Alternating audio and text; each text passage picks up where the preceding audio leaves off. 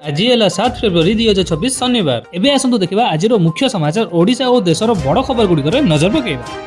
आसंता February 9 तारिख में मुख्यमंत्री जनशुणाणी अभियोग अनुष्ठित हो एने साधारण प्रशासन और साधारण अभियोग विभाग तरफ सूचना दि जाइछि। तेबे मुख्यमंत्री सेदिन पूर्वाह्न 10 घटिकार भुवनेश्वर यूनिट 2 अशोकनगर स्थित पूर्वतन सरकारी प्राथमिक विद्यालय ठारे जनसाधारण विभिन्न अभियोगर शुणाणी करिवे और एही अभियोग शुणाणी पे ऑनलाइन पंजीकरण फेब्रुआरी 6 तारिख दिन 11 ठाରୁ आरंभ होई सर्वाधिक 1000 जन पंजीकरण करबा पर्यंत खोला रहिबो। प्रतिवर्ष फेब्रुआरी मार्च मास आसिले आसी जाय स्कूल कॉलेज परीक्षार समय। तेबे छात्र छात्री मानक मनोबल दृढ़ करने केवल पितामाता नुह प्रधानमंत्री मोदी आरंभ कर परीक्षा पे चर्चार कार्यक्रम। तेबे एही अवसर में मुख्यमंत्री माझी छात्र छात्री मानक सह कथबार्ता होई परीक्षा समय प्रस्तुति विषय परामर्श देइथिले। से कहिथिले प्रेशर नुहे पेशेंस रखी पाठ पढ़ले परीक्षार प्रस्तुति उच्च कोटीर हेबो आ निजर आत्मविश्वास ही सफलतार प्रमुख चाबिकाठी आ एही आत्मविश्वास आसीथाय सत कहवा द्वारा। एहा कहि मुख्यमंत्री उपस्थित समस्त छात्र छात्री मानक आत्मविश्वासर तत्व बुझाइथिले। से कहिथिले जे पाठ पढ़िया पई आरामदायक परिवेशर आवश्यकता नहीं। जदि पाठ पढ़िया प्रकृत इच्छा शक्ति और मनोवृत्ति थिबो तेबे सबु परिवेश आरामदायक होई परिबो। सेहीपरि परीक्षार फलाफल जीवनर सफलता को मापी न थाए, केवल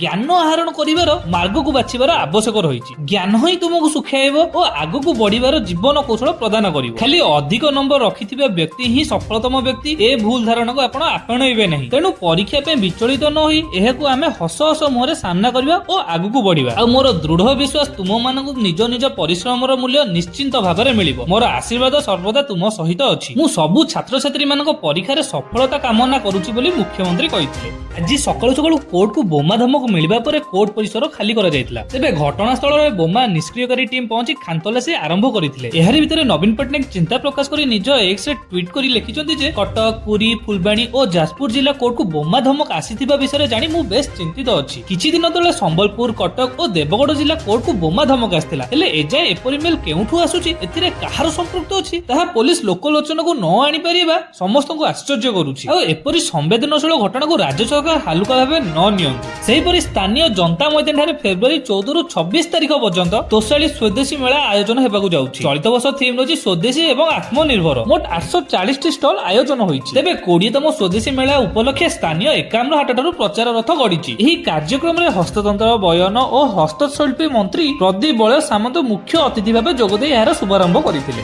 आसंता 19 तारिख रे अनुष्ठित होब कोणार्क नृत्य और संगीत उत्सव। एही अवसर रे आज कोणार्क नाट्य मंडप परिसर रे 40तम कोणार्क नृत्य और संगीत उत्सव निमंते एक प्रस्तुति बैठक होइतिला। तेबे आसंता 19 तारिख संध्या रे प्रथमे बाबा बालुंकेश्वर महादेवଙ୍କ आज्ञामाला मंच रे विजय हेबो। एहा परे अपूर्व नृत्य शैली रे नृत्य परिवेषण हेबो। एही अवसर रे 30तम कोणार्क साहित्य उत्सव निमंते विभिन्न स्थानरु साहित्यिक माने जोग देबार कार्यक्रम रहिछि। नांडू बाबूଙ୍କ पिछा छाडू नाही विवाद। पुणी थरे विवादर अडुआरे छंदी हेले तुलसी गणनाट्यर मालिक। तेबे कलाकार को निर्यातना दउथिबा नै तांको नारे अभियोग होइछि। ग्रीन रूम रे अभिनेता को धमक चमक देउछन्ती। एभली अभियोग करिछन्ती तुलसी गणनाट्यर रे खलनायक भूमिका रे अभिनय करुथिबा सत्यजित पंडाଙ୍କ मा। ए नै से भुवनेश्वर उपकंठ बालीपाटन थाना रे एतला देइछन्ती। मा को अभियोग अनुसार नांडू बाबू तांको पुओ साई सत्यजित को मानसिक निर्यातना देउछन्ती। गत 5 रु 6 दिन हेला गुंडा लगै धमक चमक मध्य देउछन्ती। गुरुवार मानसिक चाप सही न पारि साई सत्यजित असुस्थ होई पड़थिले। तांको साथी कलाकार माने हॉस्पिटल रे भर्ती करिथिले। तेबे परिवार लोक सकाळु खबर जानिया परे पुओ को खंडगिरिरु आनिछन्ती। आ एते बड़ घटना होई जिबा परे मध्ये यात्रा बाटी पक्षरु कोनोसी सूचना दिया जाय नै बोली मा पद्मिनी दास एतलारे अभियोग करिछन्ती। लिंगराज महाप्रभुको जागर उत्सवको सुचारू और शृंखलित भाबे परिचालन करबाकू नै मुख्य शासन सचिवଙ୍କ अध्यक्षतार एक उच्च स्तरीय बैठक लोकसेवा भवन रे अनुष्ठित होईछि। तेबे मुख्य शासन सचिव कहिथिले जे लिंगराज महाप्रभु सारा ओडिसार भक्त मानक आराध्य देवता। तेणु रीतिनीति और पूजा विधि कौन प्रकार अवहेला ग्रहणीय हेबो नै। चलित फेब्रुआरी 15 तारिख रे जागर उत्सव अनुष्ठित हेबाकू थिबा बेले एही दिन भारी भिड़ हेबार संभावना मध्ये रहिछि। तेबे जागर दिन महाप्रभुଙ୍କ दर्शन पे भक्त मानक भितर एक विशेष आग्रह थिबारु भिड़ को नियंत्रण करी समस्त पे शृंखलित दर्शन व्यवस्था करबा एक बड़ आह्वान बोली से कहिथिले। पुरी रे भक्तଙ୍କ भिड़ को नजर रखी गत सरकार समय रे उठा दोकानी को बड़ दांडरु हटा जायतिला और सेमानकु थैथान करिया पर्यंत क्षतिपूर्ण राशि प्रदान करियाकू मध्ये कुआ जायतिला। तेबे पूर्व सरकारଙ୍କ समय रे किछि क्षतिपूर्ण पाइ नथिले दोकानी, किंतु सरकार परिवर्तन परे थैथान की क्षतिपूर्ण मिलि नथिबारु पुनी बड़ दांड को ओलाइछन्ती उठा दोकानी। बड़ दांडर दुई पार्श्व दोकान खोली प्रतिबाद करछन्ती 1200 रु अधिक दोकानी। श्री सेतु तले विश्वस्तरीय भेंडिंग जोन कार्य विलंब बकेया राशि और थैथान न हेबा पर्यंत बड़ दांडरे पूर्व परि व्यवसाय करियाकू दाबी रखिछन्ती। ପୁରୁଣା ଗାଡି ବିକ୍ରି କରିବା ପାଇଁ ବୋର୍ଡ ଲଗାଇଛନ୍ତି। ମାଳ ମାଳ ସୋରୁମ ଖୋଲି ହଜାର ହଜାର କାର ଓ ବାଇକ୍ ବିକିବାକୁ ରଖିଛନ୍ତି। ସୋରୁମ ରେ ମଧ୍ୟ ବିକ୍ରେତା ଓ କ୍ରେତାଙ୍କ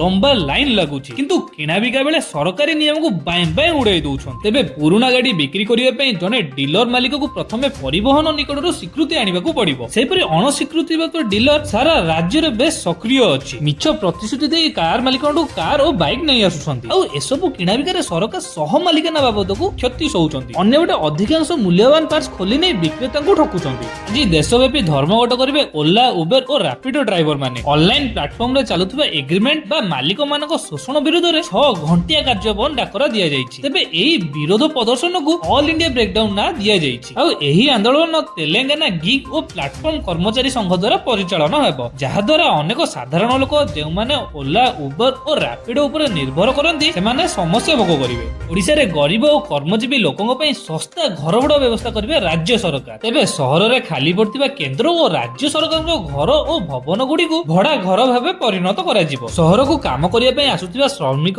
କର୍ମଜୀବୀ ମହିଳା ଓ ଗରିବ ପରିବାରର ଲୋକମାନେ ଲାଭବାନ ହେବେ। ସ୍ଥାନୀୟ ପ୍ରଶାସନ ଭଡା ନିର୍ଦ୍ଧାରଣ କରିବ। ପ୍ରତି 2 ବର୍ଷରେ 8% ଘର ଭଡା ବୃଦ୍ଧି ହେବ ଓ 5 ବର୍ଷରେ ସର୍ବାଧିକ 20% ପର୍ଯ୍ୟନ୍ତ ବଢିବ। ଆଉ ଏହି ପଦକ୍ଷେପ ସହର ଗରିବ ମାନଙ୍କ ପାଇଁ ସୁରକ୍ଷିତ ଓ ଶସ୍ତା ଆବାସ ସୁବିଧା ଦେବାରେ ମାଇଲଷ୍ଟୋନ ହେବ ବୋଲି ସରକାର କହିଛନ୍ତି।